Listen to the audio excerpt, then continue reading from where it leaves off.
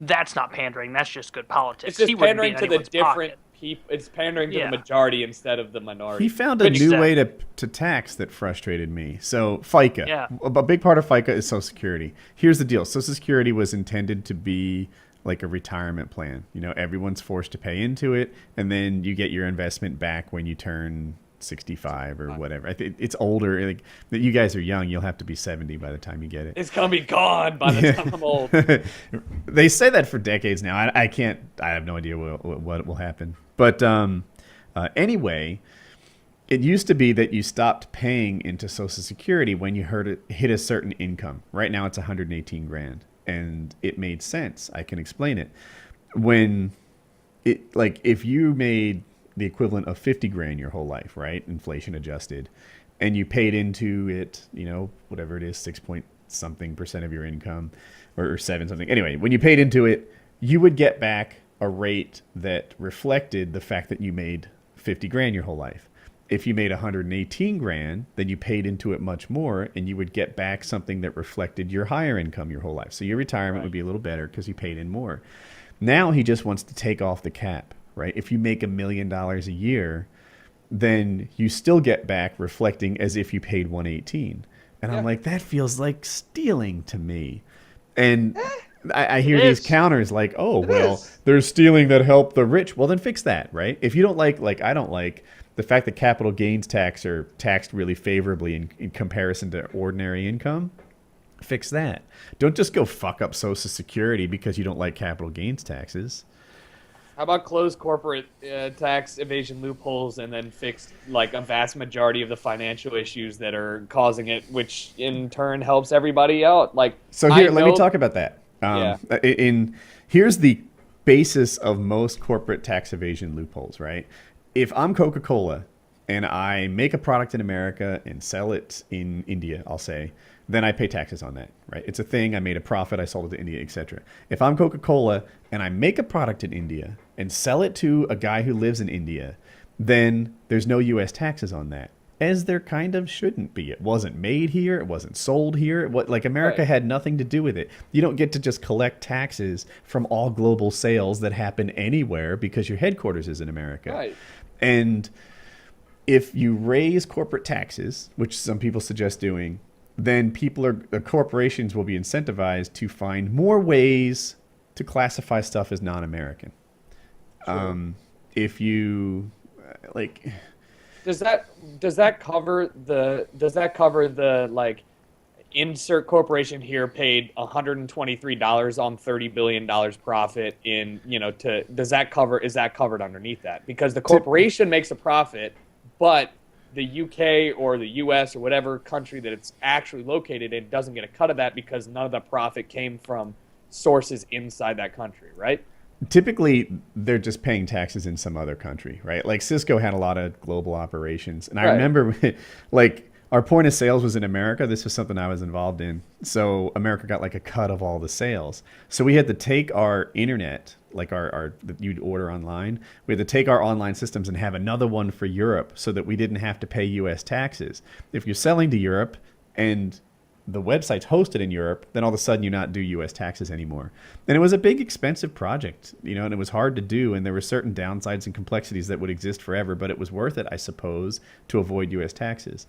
That's one way that, like, when a company makes $30 billion and pays next to no money or whatever, it's because that money wasn't made in the U.S. Another thing that can happen that people often don't count is the losses, right? This happened when remember when the banks did terribly and they had to get bailed out and stuff. Yep. So you lose $1 billion in 2014, you roll that loss forward. You pay no taxes. You lost money, whatever. In 2015, you make $1 billion. Well, now you have a loss carry forward. So in 2015, you don't pay any taxes until you run through your losses, and then you start paying taxes again. So a lot of times they'll look at a Ford or something and be like, look, Ford made all this money. I hear you, but they just got crushed for 2 or 3 years in a row. That's why they've had their loss carry forwards. They're working through that, and then they'll start paying taxes again. It's usually not as corrupt as it turns out, as you think it might be. I mean, that all makes sense, and that's all very understandable. It's all super complicated because. I'm sorry, I shouldn't have cut you off. No, go for it. Let me pitch this to you, right? So you're a company like Cisco, and this really happened. they had $40 billion in the bank, and they took out a loan in America for like operations and stuff. And everyone is like, why are we borrowing money when we have 40 billion in the bank? And they said, well, that money's overseas. And if we bring it into America, then we have to pay taxes on it.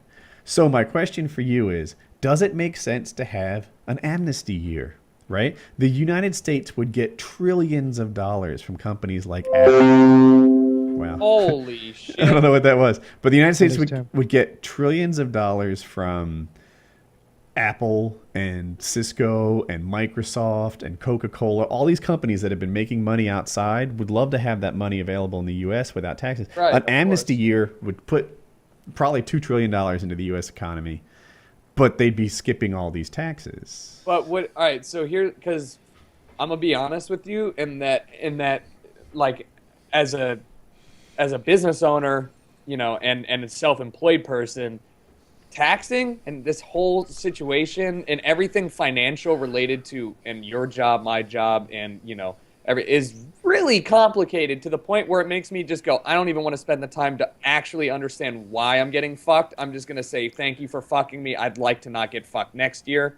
Like with that, how would putting the trillions, how would, you know, having offshore accounts be put into the U.S. accounts? How would that help the average everyday person, as what you see the whole like Bernie Sanders movement is? I'm average everyday person.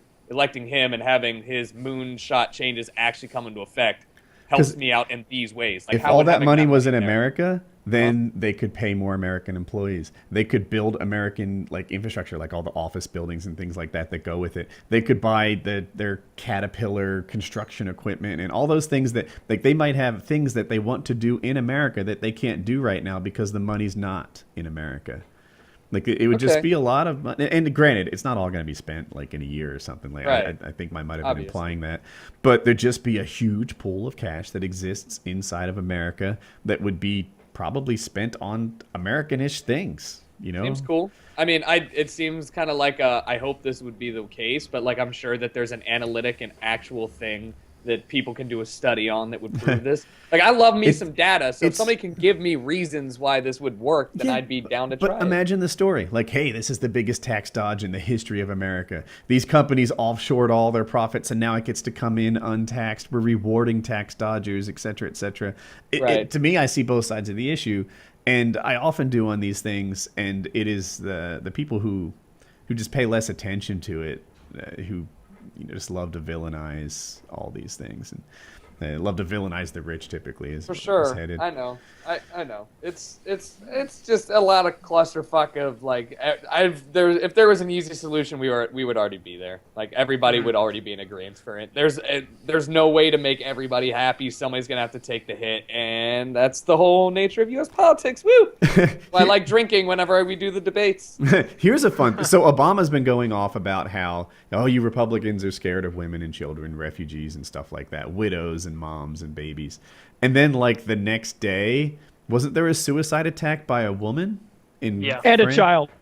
A child, too? There was an 11-year-old girl who blew herself up in a Nigerian suicide bombing. Fucking damn it. I just feel like if I'm on the right, that's a super strong talking point. I'm afraid of women and children with 10 or 20 pounds of HE and 20 pounds of ball bearings. I'm afraid of a dog with 20 pounds of HE. I'm afraid of anything with Are you 20 comparing women to dogs? Jesus Christ. Clearly. Oh, no. Hey, not all dogs. Microaggression. Now I've got the title for PKA this week. Safe space. Come on, Woody. Came on here to have my echo chamber turned on.